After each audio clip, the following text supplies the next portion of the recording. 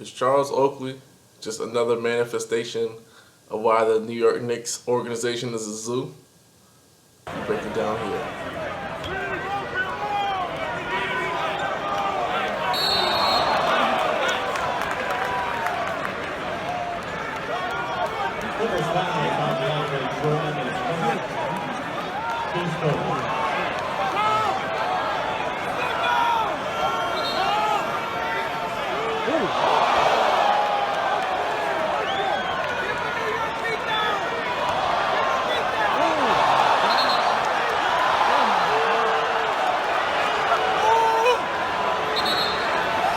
Just give my watch to his guy.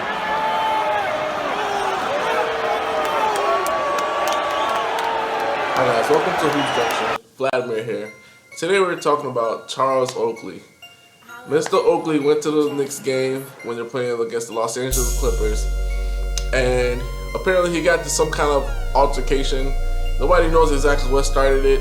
One of my sources tell me that he was at the game, he got into it with a fan, and things spilled over into security. Charles Oakley was not having any of that, and he immediately proceeded to point the finger at security and mush them. He was very, very aggressive, and he had to be taken down by at least 12. At least, they said 15 guys, but it looks like at least 8 to 10 guys or something like that.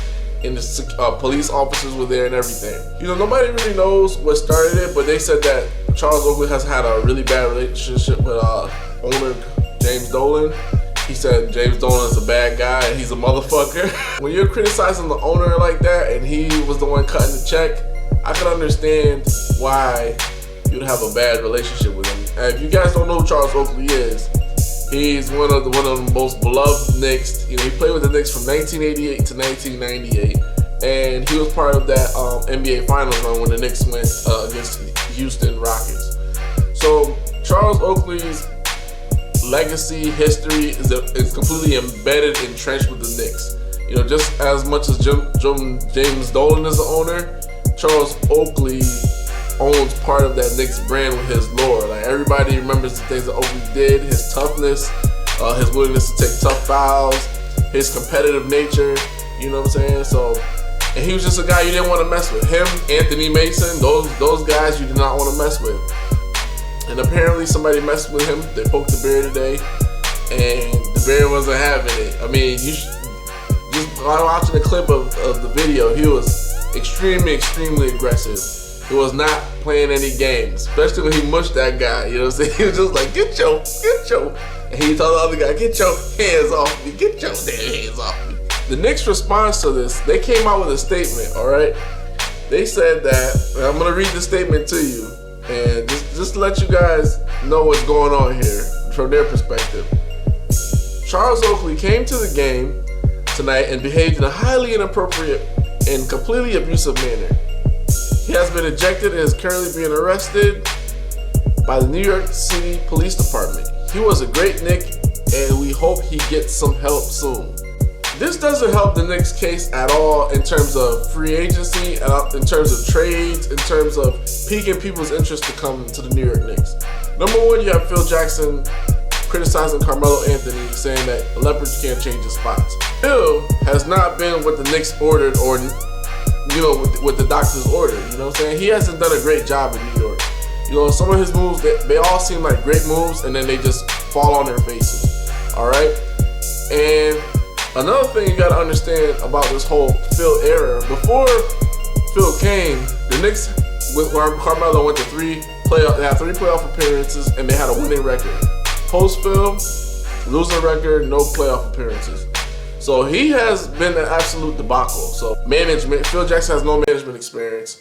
And then, you know, they have Hornacek, who, he has a solid team, but it doesn't look like he's able to bring in the reins. Not only that, now you have this whole thing about the next player, Charles Oakley, getting into altercations in the stands. So who's gonna want to do business with you? Who's gonna want to sign with you if they see this is the way you treat Carmelo Anthony? But not only this is the way you treat Carmelo Anthony, this is the way that you treat Charles Oakley. Charles Oakley played with the organization for 10 years. He went to the NBA Finals with the organization. no matter what kind of problem he had, you know, in my opinion, I don't think you just send security to get him like that. I think you let him walk out on his own accord. I don't think you embarrass him like that. Even if he did something embarrassing, you want to show that you're a high-class organization. You can say, Mr. Oakley, you know, we're not gonna touch you. We know you're upset. Let's just take a minute. Let's just take a minute.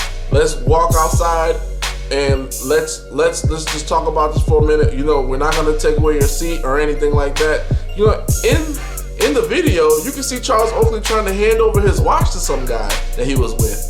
And it's like he doesn't trust the organization to take care of him.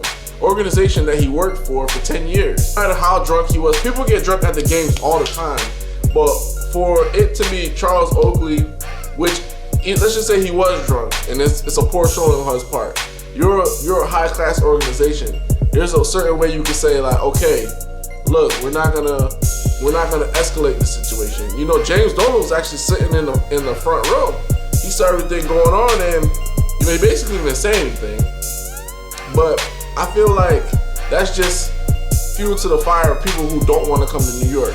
You know what I'm saying? Like, and let's just say the situation is Oakley got into it with a fan. He just got into it with a fan. You should kick out the fan before you kick out Oakley, because Oakley has a lot more gravitas in the organization.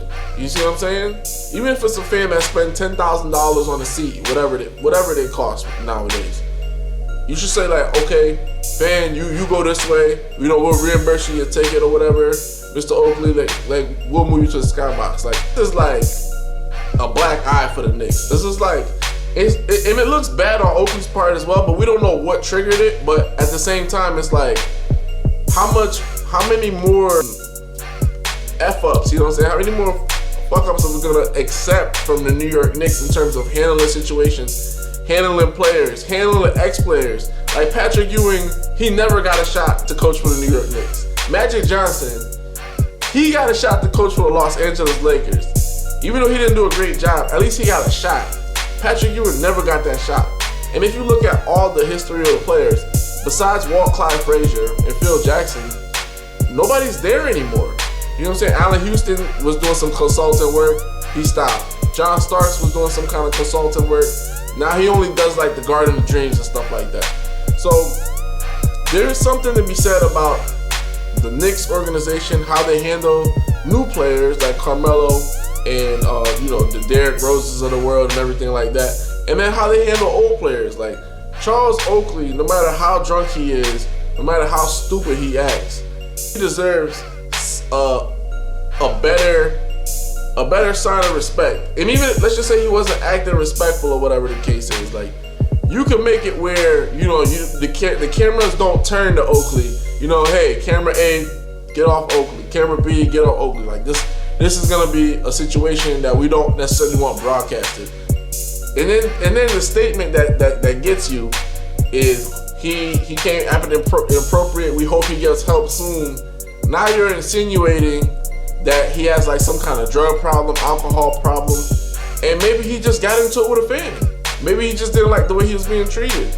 Maybe he wanted an audience with somebody he used to work with or work for, and they just can't even give him that ounce of respect to, you know, because Oakley said he would be willing to sit down with him. I mean, maybe some of his criticisms are fair, maybe some of them are foul, but you don't necessarily want this to be in New York. Like the New York Knicks, growing up as a kid, I always looked at them as an organization. Like, if you want to play anywhere, you want to play in New York. You want to play anywhere, you want to play in LA. And then just the moves they've been making, the way they've been treating their players, the way that media twists everything, and the way Phil feeds the media, it's not good. Move here probably will make Carmelo Anthony waive that no trade clause just to get out of there faster, in my opinion. Because if you see how they treating you now, if you're Melo, if they treat you like this now, if you're 10 years, 20 years down the line, you try to come to a Knicks game, you might get your ass kicked out too. And it might be something that's simple, like a misunderstanding, and they're kicking you out over somebody else. And hopefully, you know, I'm wrong about everything. Hopefully, it's like, you know, Charles Oakley started everything, and he was just cursing at people. He was drunk, and you know he has a problem. But even then, if he has a problem, there's a way to go about everything.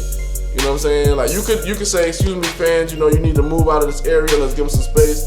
Let's talk it out. You know, we'll move you to a skybox, whatever. Like you could easily diffuse the situation in a better way. But if it comes out that it was like some kind of fan that pissed him off, like some of my sources are saying, a fan just made him upset, and you guys couldn't deal with the fan, like you guys couldn't say like, all right, like, you know, don't talk to him no more. We'll move you or whatever the case is. There's other seats, we can move you.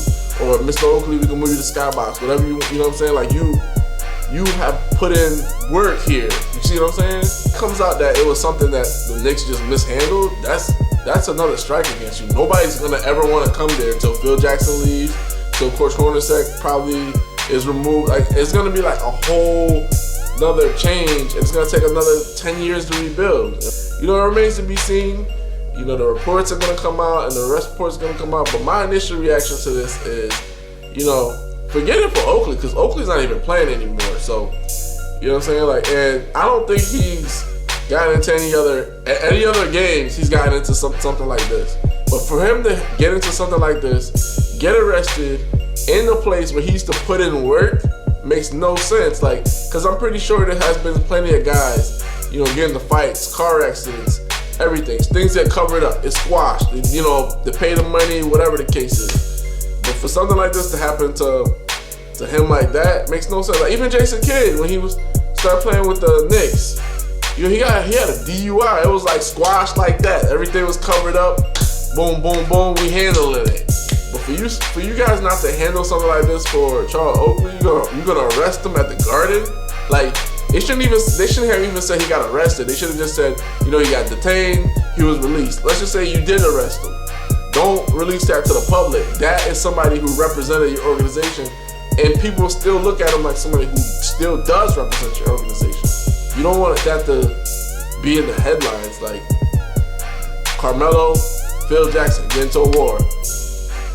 James Dolan, Charles Oakley, another war. Like the Knicks just have to do better, man. And Charles Oakley, if this is really something that you need help with, you know, he needs to get help. But at the same time, there's a way to handle things. And maybe I'm wrong. Maybe they should have handled it aggressively. But I don't.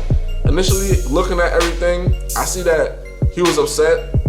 He looked like he was attacked or whatever the case is. But I don't see him throwing chairs, throwing beers, throwing fists like Ron Artest. I think they could have handled it in a different way instead of mobbing him with 10, 20 guys as if like, you know what I'm saying, he didn't put in work in the New York Knicks organization. You know what I'm saying? I bet you felt like Denzel Washington. Oh, you wanna play, huh? You gonna be playing basketball in Pelican Bay. Guess what? That don't even matter now because Knicks are playing basketball in Pelican Bay. This is Vlad from Hoops Junction with Hoops Meets Hoopla. Peace.